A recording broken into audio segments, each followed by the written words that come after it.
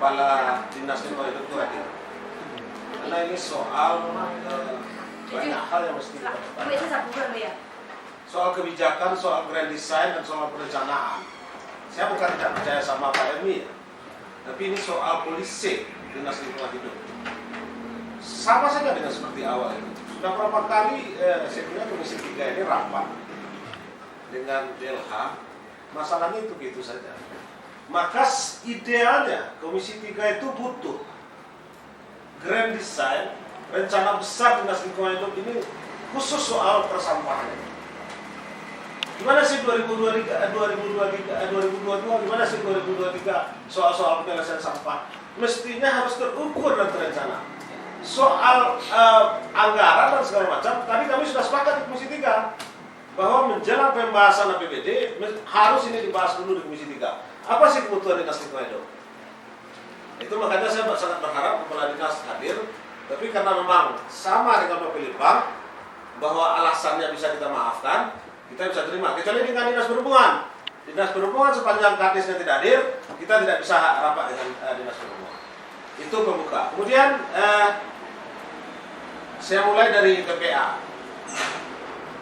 Ini berkaitan dengan Pak Pilipang ya, soal tempat pembuangan akhir sampah yang di Limurata Genangan. Mungkin kalau kita flashback kejadian masa lalu itu, dulu sudah sampai di tingkat DED, sudah mau diturunkan dana oleh pemerintah pusat. Ya.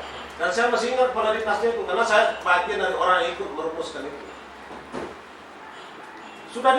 Sudah siap dana itu diturunkan ke pemerintah Kabupaten Solok untuk membuat tempat pembuangan akhir sampah di Limurata. Pak Pelembang kalau dilihat dokumen itu, ya, tempat pembuangan dan pengolahan. Kalau Pak Pelembang mau membuka dokumen awal itu, semasa Pak Taufik Effendi menjadi kadis itu, saya kira itu ketemu berapa hektar, dan kita tidak lagi numpang. Nah, ini yang ingin kita sampaikan. Artinya apa Pak Elmi? Saya sebenarnya ingin juga senior eksekutif hadir hari ini. Kita harus memberikan tengah waktu ke pemerintah daerah. Kapan sih sengkarut dan carut marut soal HGU yang di Limurata ini diselesaikan? Kapan? Itu harus ada jadwal. Tidak bisa tahun besok kita rapat, kita masih membahas ini Pelmi. Sementara waktu yang Pelmi sampaikan tadi, kita mau habis kontrak dengan TPA regional yang ada di Kota Solo, yang punya provinsi ya, provinsi punya. Tentu harus ada penyelesaian langkah juga. Saya sudah berkali-kali sarankan, ayo DPR, KPP, Bapelibang, Dinas Lingkungan Hidup, selesaikan masalah ini. Ini yang jadi soal. Jadi kalau yang Pak ini paparkan tadi, bukan saya berarti mengecilkan ya. Itu kan pragmatis saja. Orang buang sampah dibersihkan, orang buang sampah dibersihkan. Dalam tataran ini Pak Ketua, saya tidak salahkan masyarakat ya, mohon maaf. Tugas dari pemerintah daerah ini adalah melayani dengan DPR KPP, khususnya bidang pertanahan. Dia kan nanti dalam pengurusan sertifikatnya kan DPR KPP itu Pak Dewan. Nah, pusat dia mau mengeluarkan dana itu apabila tidak ada masalah. Tanah sudah bebas, sudah punya sertifikat, kita usulkan ke pusat. Mudah-mudahan nanti kalau memang proses itu sudah selesai, cuma terkendala, ada juga terkendala, Pak Dewan. Berdasarkan di negara kemarin, sebagian masyarakat, kami bukan untuk pendirian TPA, ya kan? Kami untuk pengolahan sampah 3R umpamanya. Nah ini kan lain lagi ya apa masyarakat. Tapi nanti kita akan terus mengadakan rapat lintas di masyarakat dengan tokoh masyarakatnya. Kita kan harus punya kajian dulu kalau untuk pendidikan TPA, bukan sembarang. Tidak berdampak dengan masyarakat sekitar. Itu makanya kita tempatnya akan jauh. Ya, kalau TPA yang Indonesia Raya itu kan jauh dari pemukiman, tidak berdampak dengan pemukiman. Dan kita juga sudah mengkaji amdalnya, Pak. Ada amdal nanti loh kalau memang sudah diapakan TPA, ada anggaran untuk amdalnya, analisa mengenai dampak lingkungannya. Gitu. Mudah-mudahan rencana kita ini bisa kita laksanakan nanti. Dan secara teknis tentu Kepala Bidang yang menyampaikan. Silakan. Assalamualaikum warahmatullahi wabarakatuh. Salam. Tadi kita angkat saja pada pembicara terdahulu. Perkenalkan Pak, yang ini kebetulan kepala bidang pengendalian pencemaran banyak kategori Pak. Dulunya 3 tahun masih bersubuk sama Pak Ketua masalah sampah. Dulunya bidang pengelolaan sampah dan limbah P3. Sekarang alhamdulillah UPT sudah terbentuk dan kita cuma pengawasan koordinasi mengingatkan ke UPT nanti tentang pelayanan.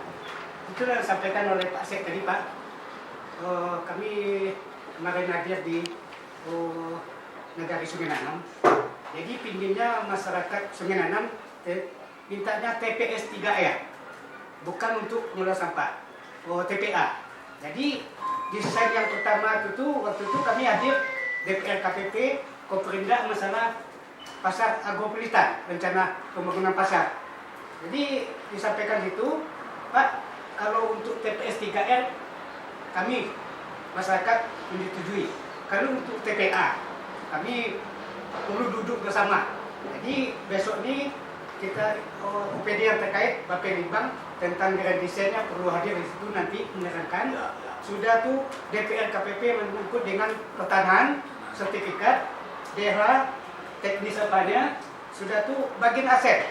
Masalah tanah yang udah ada rekomendasi dari ketua KAN dan lain-lainnya. Apa betul itu? Luasnya itu. Seperti kemarin muncul tentang pasar. Ada 35 hektar. Tahu-tahunya yang nampaknya kan tentang pasar. Tahu-tahu udah banyak diisi dengan ini untuk kesmas, lapang bola kaki, untuk jaga, untuk pertanian. Jadi itu KPP berapa yang sisanya lagi, itu yang apa. Jadi kami minta nanti kita koordinasi dengan Bapelibang dan desainnya bagaimana, apa langkah-langkahnya TPA tadi. Jadi masyarakat masih berpikir-pikir aja kalau ke TPA siko diletak Pak. Ada dalam waktu yang Pak Dewan tadi menyampaikan Pak Abdi tadi 2000 itu lah ada rencana tinggal kucurkan dana TPA kok. Tahu pindah ke Selatan. Dan baik, itu. Jadi kami minta nanti dalam minggu besok dikaitkan dengan wali negari, ketua KAN dan ketua BPN sekalian. Kami udah tinggal waktunya lagi Pak. Mungkin itu yang dapat kami sampaikan Pak. Jadi di kekurangan kami mohon maaf. Assalamualaikum warahmatullahi wabarakatuh.